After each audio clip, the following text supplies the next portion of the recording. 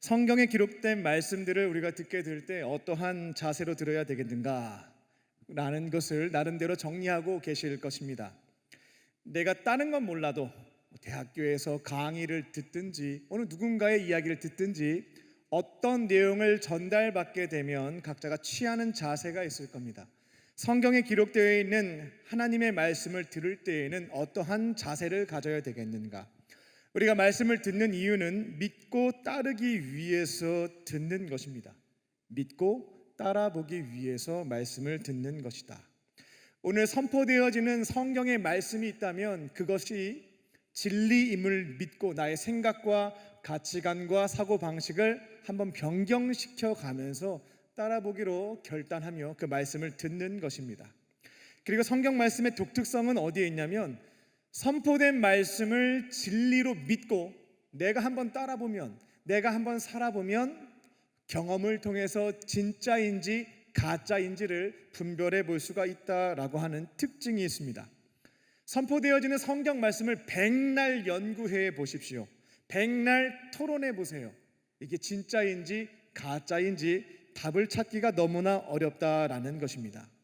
오늘 본문 51절에서 예수님이 스스로에 대해서 도무지 이해하기 힘든 표현을 하시게 되죠. 나는 저 하늘에서 내려온 살아있는 떡이다.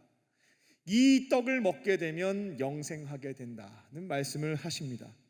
예수님은 하늘에서 내려온, 즉 하나님이 계신 하나님 나라에서 이 땅에 오신 유일하신 아들임을 가르쳐 주셨고, 이 떡을 먹으면, 즉 예수님을 내가 믿고 마음으로 모시게 되면 영원한 생명을 얻을 수 있다라고 말씀을 주신 거죠. 이제 말씀이 선포되었습니다. 하나님의 말씀이 선포가 된 거죠. 그러면 듣는 자의 자세는 뭐냐면, 말씀이 선포되게 되면 이제 그 말씀을 시간이 흘러도 장소가 변경돼도 절대 변하지 않는 진리로 믿고 그 말씀을 붙잡고 살아보는 것입니다.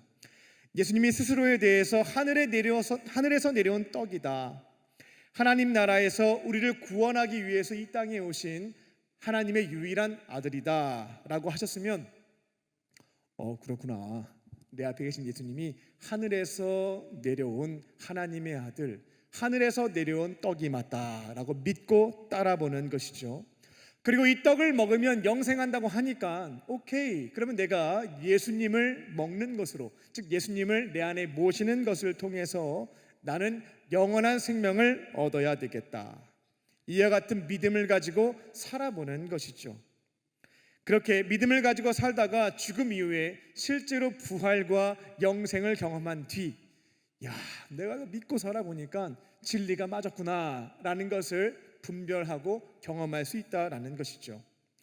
육군 군목으로 2011년부터 18년까지 군에서 목회를 할 때에 전입 신병들에게 주었던 권면들이 있었습니다.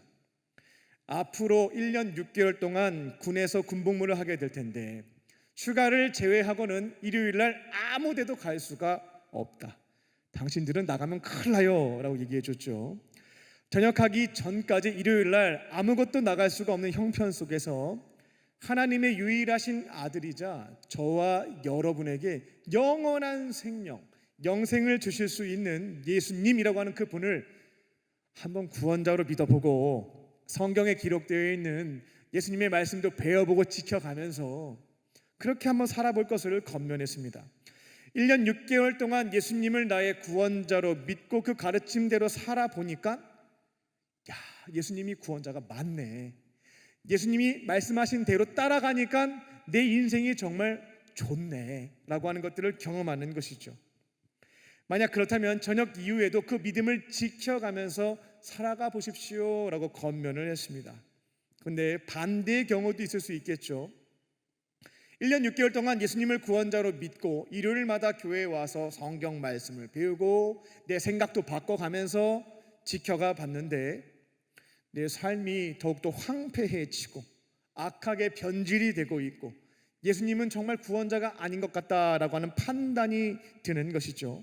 그러면 제가 1년 6개월 뒤에 뒤도 돌아보지 말고 기독교를 떠나서 다시는 교회에 얼씬도 하지 말라고 얘기해 주었습니다. 그리고 잘못된 진리를 설파하고 있는 나를 고발하든지 아니면 나에게 깨우침을 주어서 1년 6개월 동안 살아보니까 목사님이 틀렸어요. 나에게 깨우침을 주어서 여기에서 꺼내든지 하라 라고 제가 권면을 했습니다. 오늘 본문에서 예수님은 자신에 대해서 하늘에서 내려온 떡이라고 말씀하셨습니다. 그리고 이 떡을 먹으면 영생한다. 그러면 이제 어떻게 하면 되겠습니까? 선포된 말씀이 있다라고 하면 이것을 진리로 믿고 따라보는 것입니다. 그러면 믿고 따라보게 되면 진짜인지 가짜인지 확인하실 수가 있습니다. 52절 말씀입니다. 그런데 그곳에 있었던 사람들은 선포된 말씀을 진리로 받아들이지 않았고 따르지 않았습니다. 오히려 그 말씀을 가지고 했던 것은 논쟁이었죠. 야, 진짜야? 가짜야? 야, 우리 앞에 있는 저 예수가 뭐 저기 목수 요셉 마리아의 아들이 뭐 하늘에서 내려왔다고 하는 거야? 정말 뭐 예수를 내가 믿으면 정말 영생하는 거야? 서로 논쟁을 시작했고, 그렇게 선포된 말씀을 가지고 사람들이 논쟁한 결과는 뭐였냐면 본문을 보게 되면 다툼만 남았다라고 하는 것을 확인할 수가 있습니다. 오늘 선포되어지는 하나님의 말씀이 있습니다. 선포된 말씀으로 예배 후에 속회로 모였을 때 한번 논쟁해 보십시오. 토론하는 겁니다. 예수님이 정말 하늘에서 내려왔는지, 그럼 어떠한 방식으로 내려왔는지, 정말 그 떡을 먹으면 영생하는 게 맞는지 아니면 영생하지 못하는지 백날 토론해 보는 것입니다. 답이 없어요. 토론을 통해서 답을 찾는 게 아닙니다. 그리고 토론을 통해서 남게 되는 것은 결국 무엇이냐면 다툼과 그로 인한 상처입니다. 성령으로 감동된, 성령의 감동으로 기록된 하나님의 말씀이 선포가 되면 지금 이곳에 계신 분들은 저도 마찬가지입니다.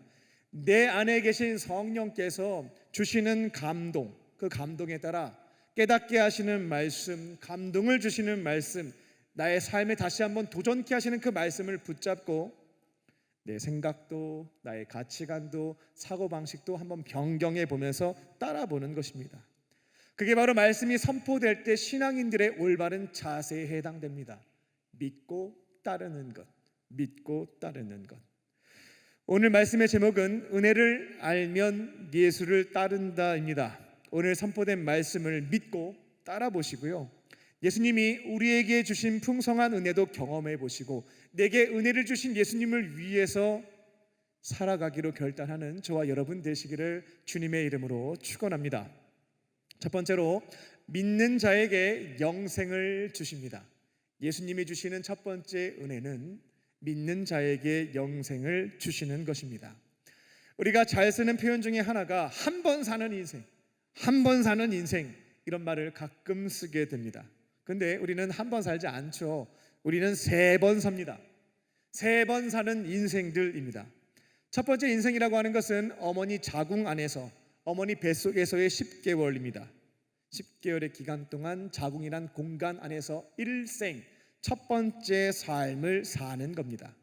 그리고 기간이 되게 되면 어머니 자궁이라는 공간에서부터 나와서 새로운 공간에서 한 100년간의 시간을 보내게 됩니다. 두 번째 인생을 살게 되는데 이것을 이생. 이제 이 생을 마무리하고 숨을 거두게 되었습니다. 그럼 죽은 다음에 어떻게 되겠는가? 세상 사람들은 다양한 견해를 가지고 있겠지만 기독교의 경전인 성경에 따르게 되면 우리 예수님이 십자가에 달려 죽으셨다가 부활하신 것처럼 우리들도 죽음 이후에 부활해서 영원히 산다라고 말하고 있습니다. 죽음 이후에 의인들은 천국에서 영생하는 것이고 죄의 문제를 해결하지 못한 죄인들은 지옥에서 영벌받는다라고 하는 것이 삼생의 내용입니다. 53절입니다. 예수님은 그곳에 있었던 유대인들에게 알려주십니다. 오늘 본문을 보게 되면 또 이 표현이 나왔죠. 진실로 진실로. 이건 진짜니까 꼭 듣고 믿어야 돼 라고 하는 부분입니다. 예수님은 그들에게 삼생, 세 번째 인생에 해당되죠. 죽은 다음에 부활해서 영원히 살게 되는 이 삼생, 그들에게 영생하는 법, 천국에서 영생하는 방법을 알려주시게 되는데 두 가지 조건, 도무지 이건 이해하기도 어렵고 수용하기도 어려운 말씀으로 두 가지 조건에 대해서 가르쳐 주십니다. 먼저는 자신의 살을 먹으래요. 예수님의 살을 먹어야 되고, 두 번째로는 예수님의 피를 마시래요. 이건 제가 그 자리에 있어서도 황당했을 겁니다. 그 당시 유대인들도 마찬가지였을 겁니다. 또 모세의 율법에 따르면 피를 먹는 것은 율법으로 엄격하게 금지하고 있었는데 지금 앞에 계신 분의 살을 내가 어떻게 먹고 앞에 계신 분의 피를 내가 어떻게 마셔? 무슨 이런 황당한 말씀을 하시는 거야? 라는 분위기였을 것이다 라는 것입니다. 여러분들도 어떻게 예수님의 살을 먹고 예수님의 피를 마실 수 있겠는가? 이거 무슨 식인종도 아니고 어떻게 그럴 수가 있겠는가? 이상하다라고 생각하셨을지도 모르겠습니다. 그런데 저희가 교회에서 신앙생활을 하다 보면 성찬식이라는 것을 참여하게 되는데요. 성찬식을 생각해 보게 되면 오늘 예수님이 하시는 말씀을 쉽게 깨달을 수가 있습니다. 예수님은 십자가에 달려 돌아가시기 전날 밤에 제자들과 유대인들에게 있어서는 최대 명절이에요. 마치 설날이 있는 것처럼 6월절날 제자들과 함께 맛있는 저녁 식사, 만찬의 자리를 가지셨습니다. 준비된 떡과 포도주를 먹는 시간이었죠. 그런데 식사하시기 전에 빨리 먹어야 되겠는데 식사하시기 전에 식탁 위에 올려져 있는 빵과 포도주를 가지고 지금까지 하지 않았던 한 가지 예식을 만들어서 가르쳐 주시게 됩니다. 이걸 바로 성찬식이라고 부르죠. 그냥 빵을 주시면 될 텐데 떡을 드시고 떡을 찢었어요. 찢은 뒤에 제자들에게 나눠주셨습니다. 그리고 이렇게 설명하기 시작하신 거죠. 이 떡은 앞으로 너희를 구원하기 위해서 찢겨지게 되는 내 살을 의미한다. 앞으로 이 빵을 먹을 때마다 너희를 위해서, 너희를 구원하기 위해서 내 목숨, 내 살을 찢겨질 정도로 바친 나를 기억해야 된다라고 말씀하신 거죠. 그리고 이어서 포도주를 제자들에게 돌리신 뒤에 이렇게 말씀하신 겁니다. 야, 포도주 봐봐.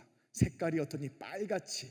이 빨간색 포도주, 이것은 너희를 살리기 위해서 앞으로 내가 흘리게 될 그 피를 의미하는 거야. 이거 마실 때마다 너희를 구원하기 위해서 내가 피 흘려가며 죽었던 것을 잊지 말고 기억하고 기념해야 된다라고 말씀하신 거죠. 그런 다음에 식사하셨습니다. 빵을 먹고 포도주를 마셨죠. 그리고 이어서 하셨던 명령이 무엇이었냐면, 야, 앞으로 믿는 사람들이 다 모여서 밥 먹는 시간이 있게 되면 밥을 먹기 전에 내가 가르쳐준 성찬식을 꼭 기억하고 행해야 된다라고 명령하셨던 겁니다. 이 예식을 행하여 죄인을 구원하기 위해서, 우리에게 영원한 생명을 주시기 위해서 값비싼 희생을 하셨거든요. 살이 찢겨지고 피 흘려 죽으셨습니다. 요거를 기억한 뒤에, 감사한 뒤에 밥을 먹어라 라고 명령하셨습니다. 그래서 사도행전을 쭉 읽어보시게 되면 초대교회 성도들은 가정에서 밥 먹을 때마다 뭘 했냐면 이 성찬식을 한 거예요. 저는 1년에 몇 차례 없는데 이들은 가정에서 모여서 밥 먹기 전에 성찬식을 했다라는 겁니다. 마치 요즘에 저희가, 많은 그리스도인들이 요즘 안 하시는 것 같기는 해요. 식사하기 전에 식사 기도하잖아요. 초대교회 성도들은 식사하기 전에 성찬식을 하고 식사를 했다라는 겁니다. 서로 빵을 찢어가면서, 그래, 예수님이 우리에게 영생을 주시기 위해서 살이 찢겨지셨지. 그래, 예수님이 우리 죄사함 주시기 위해서 피 흘려 죽으셨지. 이런 것들을 기억한 뒤에, 감사를 드린 뒤에 식사를 했다라는 것입니다. 그들은 이것을 먹고 마실 때마다 예수님의 살을 상징하는 떡을 먹고 예수님의 피를 상징하는 포도주를 마셨고요. 그 순서가 있을 때마다 예수님의 이 놀라운 은혜, 희생을 기억했고 내 안에 예수님이 함께 하심을 경험했고, 오늘 말씀하셨던 것처럼 예수님의 살을 먹고 피를 마시는 자에게는 영생이 있다, 영생이 있다라고 하는 것을 다시 한번 확인했습니다. 그리고 오늘 본문 54절에서 예수님은 내 살을 먹고 내 피를 마시는 자는 이미 영생을 가진 것이지 앞으로 하는 것 봐서 천국으로 보내줄지 말지를 결정하겠다라고 말씀하시지 않았습니다. 성찬에 참여하는 자, 즉 예수님의 살과 피를 먹고 마시는 자는 이미 그 순간 영생을 소유한 자가 되었다라는 것입니다. 우리가 예수님을 믿음으로 예수님을 영접하게 되면 누구의 자녀가 되냐면 하나님, 창조주 하나님의 자녀, 자식이 됩니다. 하나님이 볼 때 너무 예쁘고 사랑스러운 아들, 딸이 되는 것이죠. 그렇게 그 순간부터 일단 뭐 한 6개월 동안 좀 지켜본 다음에 얘가 말을 잘 들면 근데 아들 시켜주고 착하게 굴면 딸 시켜주고 이런 게 아닙니다. 복음을 믿고 예수님을 영접하는 자는 하나님의 자녀가 되는 권세를 그 순간 얻게 되는 것이죠. 아들, 딸로 일평생 영원토록 사는 것입니다. 어린 시절에 놀이터에서 놀다가 저녁 시간이 되면 다들 갈 곳이 있죠. 각자의 집으로 돌아갑니다. 왜냐하면 그 집에는 우리 엄마 아빠가 계시니까, 부모님이 계시니까, 나는 그 집의 자식이니까 시간이 되면 집으로 돌아갑니다. 부모님과 함께 식사하고 시간을 보내게 되죠. 마찬가지입니다. 우리가 예수님을 믿게 되면, 예수님을 내 안에 모시게 되면 그 순간 누구의 자녀가 되냐면 창조주 하나님의 아들, 딸이 되는 겁니다. 그래서 우리가 이 땅에서 약 100년 정도 살다가 시간이 다 되게 되면 어디에 가는가? 아버지의 집에 가는 거예요. 하나님의 아들, 딸이니까 아버지의 집, 하나님이 계신 그 천국에 우린 가는 겁니다. 다른 데 이유가 있지가 않아요. 하나님의 아들, 딸이니까 그 집으로 가는 것입니다. 오늘 죽든지 내일 죽든지 이미 우리는 하나님의 자녀가 되었기에 천국 아버지의 집으로 돌아간다라는 것입니다. 요한복음 1장 12절입니다. 영접하는 자, 곧 그 이름을 믿는 자들에게는 하나님의 자녀가 되는 권세를 앞으로 하는 것 봐서 줄게 하지 않으셨고 권세를 주셨으니 라고 기록되어 있죠. 우리가 예수님을 믿게 되면 하나님의 자녀가 되는 권리, 권세를 얻게 된다라는 겁니다. 그리고 하나님은 그 자녀들에게 영원한 생명, 천국에서의 영생을 선물로 주시는 줄로 믿습니다. 이제 앞으로 추수감사절이 가을에 있을 것이고요, 12월 31일 송구영신 예배가 되면 성찬식이 있습니다. 그때 목사님이 하시는 이제 멘트가 잘 들릴 거예요. 그때마다 예수님의 살을 상징하는 떡을 먹고 예수님의 피를 상징하는 포도주를 마시게 됩니다. 이제부터 떡을 먹고 포도주를 마실 때에 어떠한 약속의 말씀을 기억하셔야 되겠습니까? 바로 요한복음 6장 54절입니다. 내 살을 먹고 내 피를 마시는 자는 영생을 가졌다. 내 살을 먹고 내 피를 마시는 자는 이미 영생을 가졌다. 이 약속의 말씀을 기억하시고 붙잡으실 줄로 믿습니다. 저와 여러분 모두는 영원한 생명을 소유한 자임을 기억하시고요, 이제는 영생에 대한 자신감, 확신을 가지고 죽음을 두려워할 것이 없습니다. 영원한 삼생이 천국에서 기다리고 있음을 기억하며 영원한 시간이 우리에게 있음을 기억하며 이 생에 그렇게 집착할 필요도 없겠습니다. 천국에서의 영원한 삶이 우리에게 선물로 주어져 있음을 기억하며 지금 나에게 주어진 이 생의 삶, 100년의 시간 동안 우리를 구원해 주신 예수님께서 부탁하신 일들, 원하시는 것들을 감사한 마음으로 감당하며 살아가는 저와 여러분 되시기를 주님의 이름으로 축원합니다. 두 번째로, 믿는 자와 함께 하십니다. 예수님이 주시는 은혜는 믿는 자와 함께 하신다라는 겁니다. 56절입니다. 내 살을 먹고 내 피를 마시는 자는 내 안에 거한다 라는 말씀을 하시죠. 우리를 구원하시기 위해서, 즉 죄사함과 영생을 주시기 위해서 자신의 살과 피를 먹고 마시는 자들, 자신의 살과 피를 바치신, 자신의 생명을 바치신 예수님을 믿고 성찬을 받는 자들에게 예수님이 주시는 은혜가 있다라고 하는데요, 그게 뭐냐면 예수님 안에서 살게 된다라는 것입니다. 예수님이 정말로 살아계신 하나님의 아들이시고 우리를 죄와 죽음에서부터 구원할 수 있는 구원자이시고 모든 것을 알고 계시고 해결할 수 있는 전지전능한 분이시라고 한다면, 그 살을 먹고 마시는 자가 그분의 울타리 안에서 살 수 있다라고 하는 것, 그분 안에서 살 수 있다라고 하는 것은 엄청난 특혜죠. 엄청난 특권에 해당된다라는 것입니다. 주변에 안타깝게도 부모님이 소천하신 분들이 계신데 그분들에게 공통적으로 듣는 이야기가 있습니다. 부모님이 살아생전에 함께 거주했던 것도 아니고 자주 연락을 드려서 만난 것도 아니다라고 합니다. 그런데 부모님이 살아계신다라는 이유 하나만으로도 참으로 든든했었는데, 나를 보호해 줄 수 있는 울타리가 있다라고 생각해 왔었는데, 이제 두 분 다 돌아가시고 나다 보니 세상에 저 혼자 있는 것 같습니다. 울타리가 사라진 것 같은 기분입니다 라는 공통된 이야기를 매번 듣게 됩니다. 인간이라고 하는 존재는 유한한 존재입니다. 무한한 존재가 아니죠. 한치 앞도 모르는 유한성을 갖고 있는 사람들입니다. 그렇게 우리는 매 순간 평안하게 살기는 어렵습니다. 불안해하고 두려워하죠. 이게 심해지게 되면 우울감, 수면 장애, 공황 장애까지 올 수도 있는데요. 이처럼 유한한 인간이 불안에 떨고 있는 우리에게 예수님은 내 살을 먹고 내 피를 마시는 자는 이제 내가 영원한 울타리가 되어줄게. 너희들은 다 내 안에 있는 거다. 내가 울타리가 되어서 보호해 줄 거다라고 약속해 주신 것입니다. 그래서 이 약속의 말씀을 정말로 믿고 따라보는 거예요. 그래? 그럼 나는 예수님을 믿었으니까 그분이 나의 울타리가 되어 주시겠지? 라는 믿음을 가지고 살아보는 거죠. 그랬더니만 예수님이 정말로 나의 울타리가 되어 주셔서 나를 지켜주시고 보호하시고 인도하시는 것을 순간순간마다 경험하기 시작하는 거죠. 하나 둘씩 쌓여가는 겁니다. 그러면 어떠한 증상이 나타나냐면 불안감이 없어져요. 불안감이 사라집니다. 마음의 평안함이라고 하는 것이 언제부턴가 내 안에 가득 차 있는 것을 경험하게 됩니다. 그래서 예수님을 믿는 사람들, 예수님의 울타리 안에서 보호하심을 받는 그리스도인들을 보게 되면 그 모습에 평안함이 있다라는 것입니다.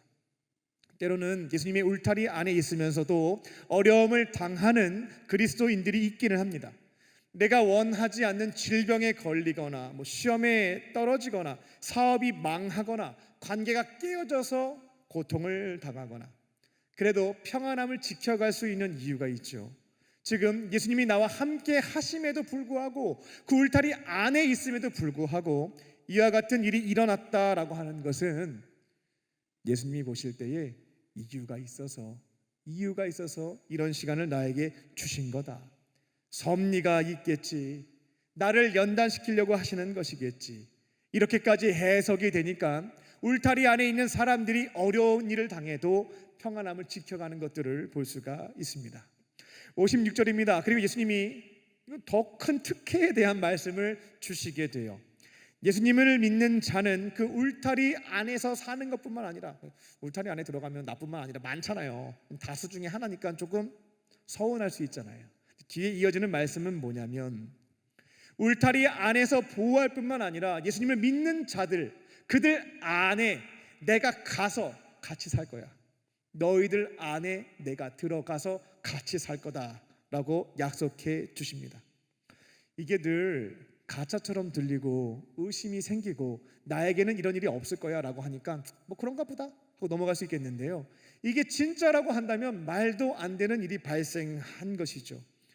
예수님이 그분의 살을 먹고 피를 마시는 자에게 울타리로 보호하는 것뿐만 아니고요, 내 안에 들어와서 나랑 같이 사시겠다는 겁니다. 영원토록 함께 하겠다는 약속의 말씀입니다. 요한계시록 3장 20절입니다. 볼지어다 내가 문 밖에 서서 문을 두드리노니 누구든지 내 음성을 듣고 문을 열면 내가 그 안에 들어가 그와 더불어 먹고 그는 나와 함께 더불어 먹게 된다. 우리가 예수님을 믿게 되면 예수님은 우리 안에 들어와서 각 사람과 영원히 함께 사시는 줄로 믿습니다. 사실 이 말씀도 이해하기가 어렵죠. 수용하는 게 쉽지가 않습니다.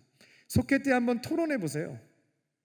그럼 예수님이 내 안에 계신다라고 하는데 그럼 예수님은 어디에서 상주하는 것일까? 그러니까 신학교 때 이런 얘기도 많이 나눴거든요.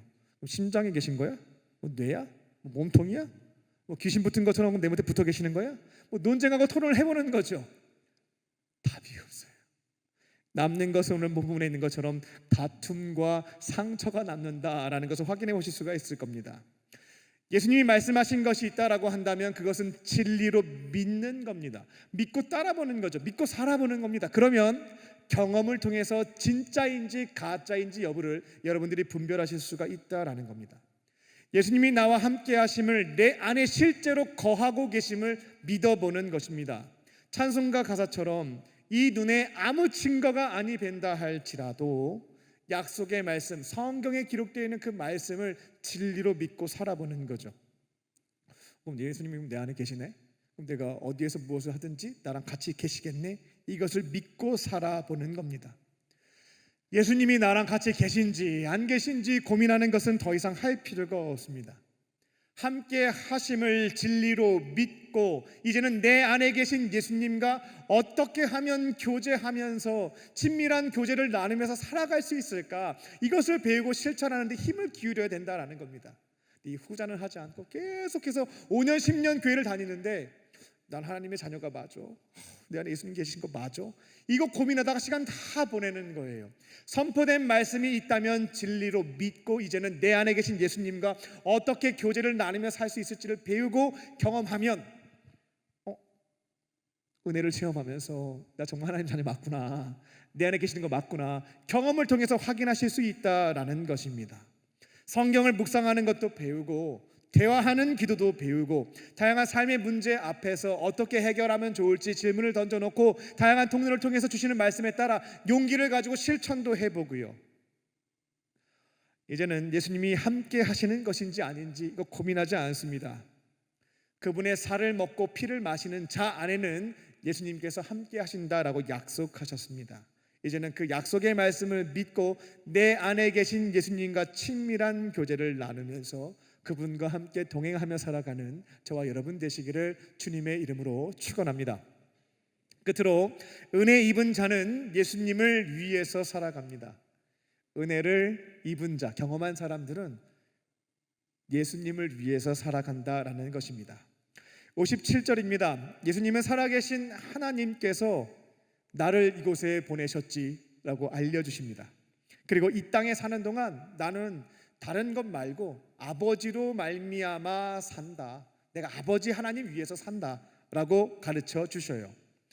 그러니까 이 땅에 나를 보내신 분도 하나님, 이 땅에서 주어진 사명을 말씀하고 계신 분도 하나님, 그 사명을 감당할 수 있는 신적인 지혜와 능력을 주시는 분도 하나님.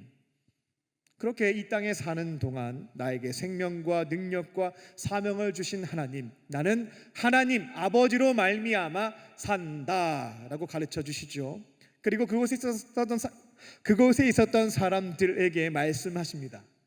이제 나의 살을 먹고 나의 피를 마심으로 영원한 생명을 얻게 된 사람들은 누구로 말미암아 누구를 위해서 살아가야 되는가?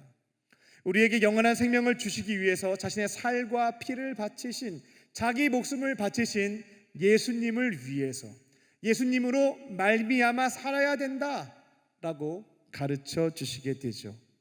우리에게 영생을 주신 예수님, 이 땅에 살아가는 동안 사명을 맡겨주시는 예수님, 그 사명을 이루어갈 수 있도록 능력을 주시는 예수님, 남은 인생은, 영생을 소유한 자들은 예수님을 위해서 사는 것이다 선포하신 것입니다.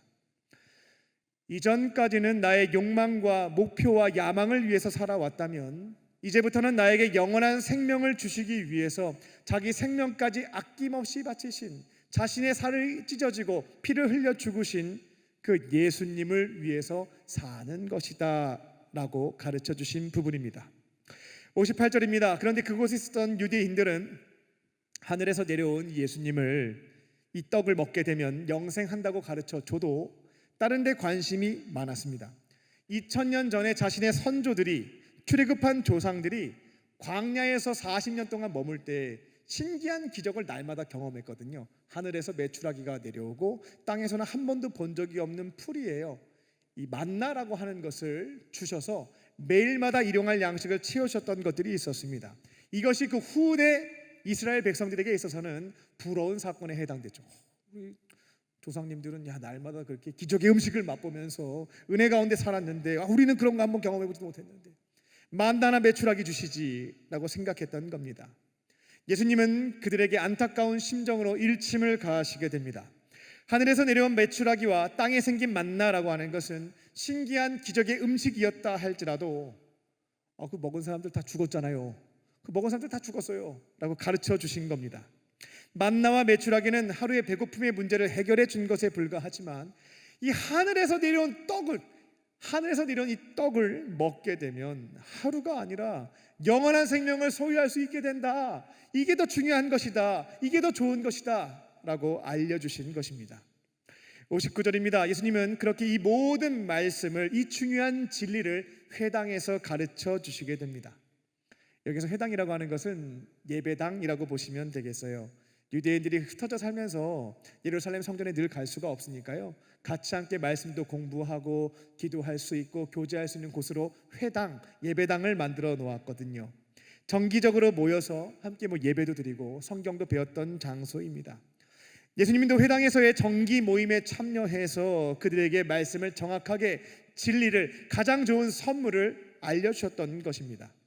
나는 하늘에서 내려온 생명의 떡이다. 나를 먹는 자는 영생을 얻는다. 그리고 영생을 얻는 자는 이제부터 누구로 말미암아 사는 것이냐면 예수님, 영생을 주신 예수님을 위해서 사는 것이다 라고 가르쳐 주신 겁니다. 그리고 지금 예배당에 앉아 계신 여러분에게도 동일하게 저를 스피커로 삼아서 말씀하고 계신 겁니다. 하늘에서 내려온 생명의 떡인 예수님을 나의 구원자로 믿고 이제는 영원한 생명을 소유하라고. 영생을 소유한 자로서 남은 인생은 나에게 영원한 생명을 주시기 위해 살이 찢겨지고 피 흘려 죽으신 예수님을 위해서 사는 것이라고 저를 통해서 말씀하고 계십니다. 우리는 안 좋은 일이 발생하게 되면 기도를 해보게 됩니다. 그리고 내가 원하는 것을 얘기하죠. 근데 원하는 대로 응답받지 못하는 순간들이 있습니다. 그때마다 동일하게 하는 이야기가 있죠. 예수님 살아계신 거예요? 기도 응답해 주시는 거예요? 예수님 나한테 해준 거 뭐가 있냐? 아무것도 없다. 이런 얘기들을 하게 되죠. 이런 말씀을 저에게 하시는 분들이 계신데요, 그때 제가 그때마다 드리는 권면이 있습니다. 예수님이 당신을 위해서 해주신 것들이 참 많은데 가장 중요한 한 가지를 뽑자고 한다면 바로 영생입니다. 영생이라고 하는 것이 예수님이 여러분에게 주신 가장 고귀한 선물에 해당됩니다. 그 말씀을 드려요. 이 땅에 살아있는 동안에는 특별히 아직 살 날이 많은 분들이 여기 다 앉아 계시잖아요.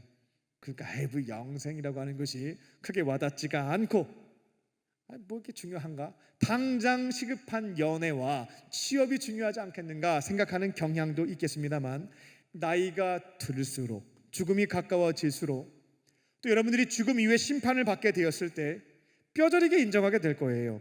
예수님이 일평생 동안 나에게 주셨던 많은 기도의 응답이 있겠지만 나에게 주신 가장 고귀한 선물이라고 하는 것은 천국에서의 영생이었구나, 이게 가장 귀한 선물이었구나 라고 하는 것을 깨닫게 된다는 것입니다. 예수님은 우리에게 값비싼 희생을 통해서, 즉 자신의 살이 찢겨지고 피 흘려 죽으심으로 우리에게 영생을 선물로 주셨음을 기억하시고, 예수님이 하나님으로 말미암아 이 땅에서 사는 것처럼 이제부터 영원한 생명을 예수님의 값비싼 희생을 통해서 얻게 되신 분들은 예수님으로 말미암아 예수님을 위해서 살아가는 삶을 선택하실 줄로 믿습니다. 그래서 오늘 말씀의 제목이 은혜를 아는 자는 예수님을 따를 수밖에 없다라는 것이었습니다. 비록 나에게 주어진 역할과 사명, 하나님께서 파송하신 삶의 자리인 가정과 교회와 일터에서 지금 나에게 말씀하시는 것들이 비록 하찮고 작은 것이라 할지라도 우리는 남은 인생은 누구를 위해서 주어진 역할과 사명에 정성을 쏟는 것이냐면 우리에게 영생을 주신 분, 우리를 그 삶의 공간, 가정과 교회와 일터로 파송하신 분, 이와 같은 역할과 사명을 요구하시는 분, 바로 예수님을 위해서 지금 나에게 주어진 것들을 정성을 다해서 감당하는 것인 줄로 믿습니다.